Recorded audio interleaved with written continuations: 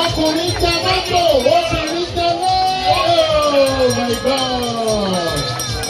Oh my God! Kí ló lè máa fàyà àgbàlagbà lẹ́kọ́ Olódùmarè?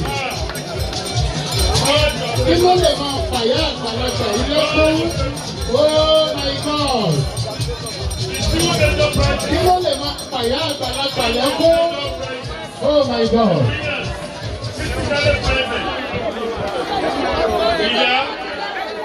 Ìyá, ó lè ṣe láti kẹ́yìn.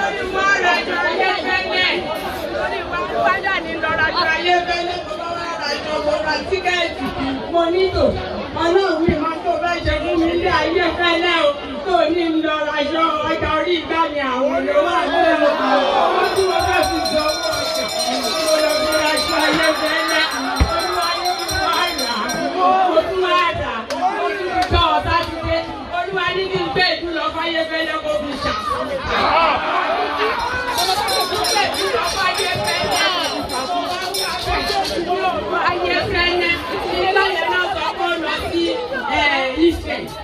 Àwọn ẹgbẹ́ ìlú fún lọ́jọ́ yẹn, àwọn ẹgbẹ́ ìlú tẹ́lẹ̀ bá fi ṣe àṣìṣe. Ìyá ẹbí ìjọba ìlú, ọ̀dà àtẹ̀yọ̀ máa sórí owó ọ̀rọ̀ tó tẹ̀lé wá ní o.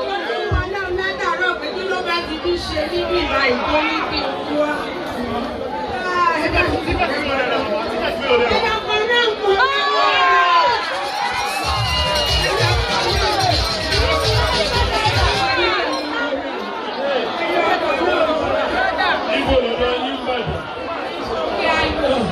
Iṣẹ́ wo lè ń ṣe àwọn ọmọ yìí kọ́? Ìbílẹ̀ ń tà.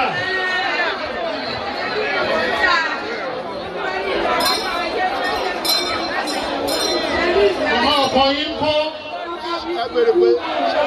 Ṣé ẹ̀ máa ń dì mí? Àwọn ọmọ yìí kọ́. Yeye, ẹ bẹ̀rẹ̀ pé ṣé ilé ara wọn náà ń gbé àbúlé mi rẹ̀? Màmá, Ṣé ilé ara wọn ẹni náà ń gbé ọjà tó wà lórí gbá yín pé ọjà àwọn ni.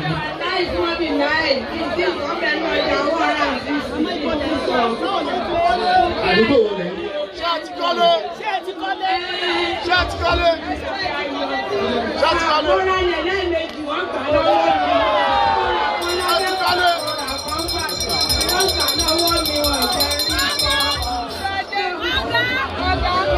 Àwọn ẹ̀ náà ti fún wọn.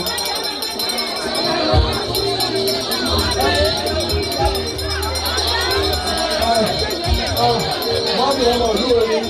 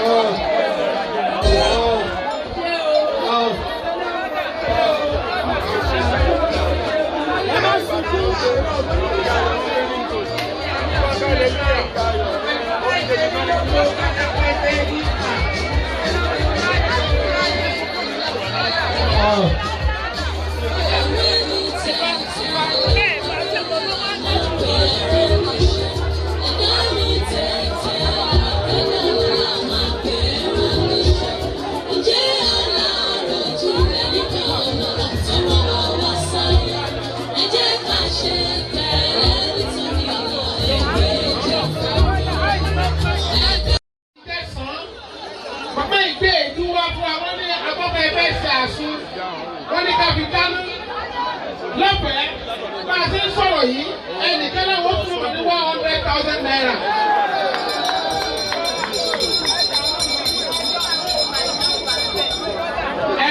Ẹni tó fẹ́ fún mọ̀mọ́ ilẹ̀ ẹ̀kọ́ wọlé Adé Jesus ní gbogbo ọ̀nà. Adé Jesus. Adé Jesus.